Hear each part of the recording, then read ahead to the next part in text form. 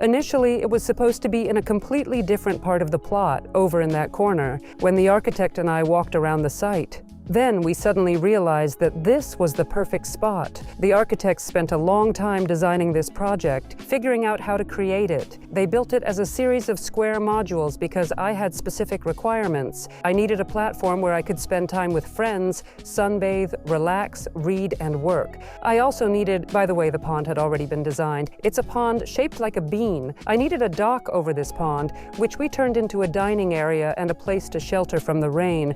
I needed a living room that could occasionally double as a spare guest bedroom during heavy rain or in colder months.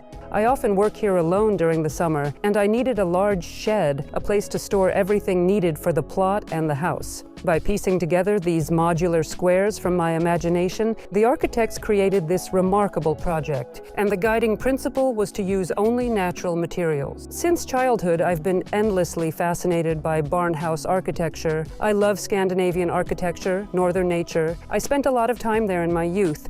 The moss, the pines, the rocks, it's all just so perfectly me. If I could combine the Scandinavian style, moody, gray, and strict, with a touch of wabi-sabi, which is less uniform than Scandinavian designs, I'd be thrilled. For example, even the steps, I specifically asked for them to be cut into irregular shapes. Am I right in thinking that you've also somewhat fenced off this area from the rest? Yes, we fenced it off on two sides from the street. Then I reinforced it with plants, dense bushes, and this large willow over the pond that's growing beautifully. We restored a sense of tranquility to our little paradise. Naturally, we spent a long time selecting the materials and colors for this concept. Why does it feel so authentic and convincing, like an old barn? It wasn't built by professional construction workers, but by decorators. Decorators who usually work in theater, cinema, and television. It's an unusual choice, a unique solution. It's the second time I've used this approach. Each plank was painted in its own unique color. We selected 4 to 5 shades and did countless paint samples to achieve this result. Inside, the walls are finished with Italian plaster in natural colors, with concealed lighting and neutral, cozy, welcoming furniture. We added a touch of antiquity. Let's go inside. We step over the convector heating system, which allows us to stay here even during the winter. The double-glazed windows, convectors, and insulated walls make this room usable in the winter. And of course, we couldn't do without antique furniture, which I and my whole family adore. This is the desk where my daughter sometimes works. Tell us the story behind this rare typewriter. Unlike the desk and chair, this is a family heirloom. This typewriter belonged to my daughter's grandmother, my husband's mother. She was a writer, Elena Kobets-Filimonova. It was passed down to my daughter, who is a young writer at 22 years old, Lizaveta Filimonova. She's studying at a literary course, the Creative Writing School, and has made top lists, publications, and competitions. So she's essentially a writer in the 4th generation. What's lovely is that she actually uses this typewriter occasionally. So, it actually works? Yes, we found a ribbon and she uses it sometimes, though she mostly works on a computer. But it's an inspiring family story. Liza's great-grandfather was a well-known screenwriter, her dad is a journalist, and I was a journalist in my first career, so we're a family of writers, and that makes this typewriter an important symbol. It's wonderful that such family heirlooms are preserved and passed down through generations. I think it's important for everyone. Absolutely. A story should be genuine, not fabricated. Yes. What is the size of this room? About 323 square feet. 323 square feet. Yes, it's so great to sleep here because when you lie on this sofa, you can see the large glass wall and the entire forest. None of the other rooms in the main house have this kind of view. I also think what's remarkable here is how you preserved these trees, which essentially extend from the hall and become part of this patio. When we built it, the construction technique was as follows. It's built on metal piles supporting a metal frame, which is covered by a podium. Then there's the metal framework of the building itself. It's insulated with metal panels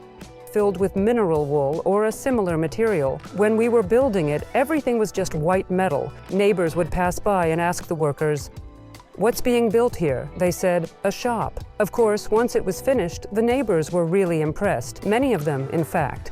Did they want something similar for themselves? They're happy to live next to a famous project that has received many architectural awards. That's what some of them even told me. It's very nice, but it's more of a reference or a nod to high-end architects. Overall, I think because I work in landscaping, I've gathered the best of the best here. For example, now we're heading to my dock, and take a look at the little birds. I adore them. They've completely found their place here. Are they made of wire? Yes, they're metal. They're very beautiful. I planted all the plants in the pond myself. It was a time when no one could help me. It was my first time experimenting with planting aquatic plants. It's amazing that all of this is handmade, yet it looks completely natural. I also insisted on this from the pond builder. He said, "We glue rocks to the banks." I told him, if the rocks are glued, they won't look natural. I wanted it to look like a natural forest pond, as if it's always been here. So he thought about it and said, "You know, there are these grass mats we can use for the edges.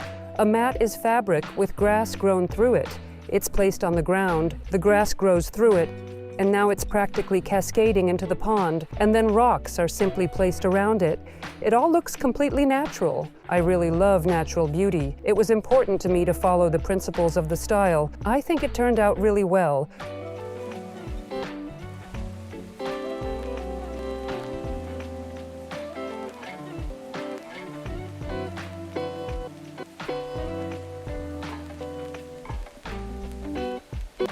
By the way, I wanted to point something out. It's a pity it's bright right now. This lamp here, called Moon, was chosen by the architects. It looks exactly like the real moon. When it's reflected in the pond, you can't tell it apart from the real moon. This place is truly magical. It's my place of power. Well, all right, if we're coming back from the moon to Earth, tell us a bit about the furniture and materials used in this area. Well, there's a metal frame here as well. The Corten steel was aged naturally. We didn't buy specially treated Corten. You don't necessarily have to buy it. The flooring is also large, and for example, here we have a hatch for controlling the pond's pumps and filters. As for the table, it's a simple piece from IKEA. It looks a bit aged. Was that natural, or did you do it on purpose? Well, it's because the table is outdoors. So it's natural. Naturally, and we have to periodically treat it with oil. The legs, however, have suffered the most. Next year, we'll sand it down completely and refinish it. It's a very solid piece of furniture. It's just the finish that gets damaged. The chairs are from a local manufacturer made of teak. But I can't recall the exact company right now. The armchair is also from IKEA. The side table is teak. Is the flooring here the same as inside the room, or is it different? It's the same flooring. It's just that the oil finish resulted in slightly different shades. And here, it ages because of exposure to water, snow, and so on. Indoors, it doesn't age the same way, so the difference is noticeable. Since we're talking about materials, could you tell us about the finishes in the kitchen area? What materials were used here? Laminum porcelain stoneware was used here, a thin laminate. It was very important to me that it looked like natural stone. However, natural stone didn't suit my needs.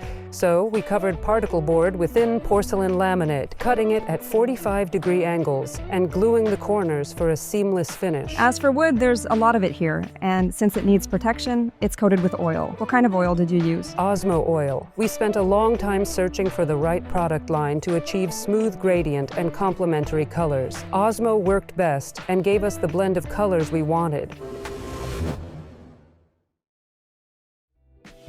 You could spend forever admiring this part, but I'd love to see more of your property. Let's do that. But I also want to ask about the project's timeline and costs. If you have any examples to share, it's always fascinating to hear about them. It took us a year to build, but honestly, that was because of winter. We started in the fall, but had to pause for the winter since many of the works couldn't be done during that season. I cried and suffered because I'm a very impatient client. Then I was on top of the contractors because my birthday is on June 11th. I really wanted to debut the patio for my birthday. So, did you make it? Yes, everything worked out. Even on June 10th, we were here with the builders, assembling, hanging things, and finishing touches. We hung this canopy on June 10th, and then on the 11th, the guests arrived. Oh, here's another one. I remember those first feelings when we sat here that first evening and saw the moon's reflection in the lake. I took the most beautiful photo, and I haven't been able to recreate it since. I never get tired of admiring it, of course. About the landscaping, here it feels like a natural, authentic forest and garden.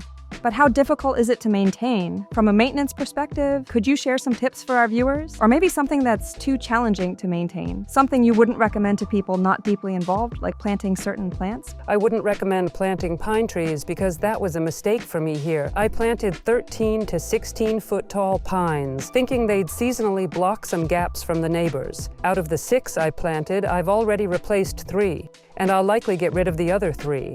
Why? Look, over there's a small pine. See how it looks? So, in the shade of the larger pines, they don't survive. They die. In nature, they apparently grow together and that works better for them. The smaller ones that sprout below are already adapted, so I've had to replace them. That's probably my only mistake with the plants here. Everything else I've planted here, euonymus, serviceberry, spirea, birch-leaved shrubs, rowan trees, hawthorns, has been fine. There are also a lot of different flowering plants. No, I don't think I added grasses since we have more meadow-like areas here, but I did spread wild strawberries across the whole property.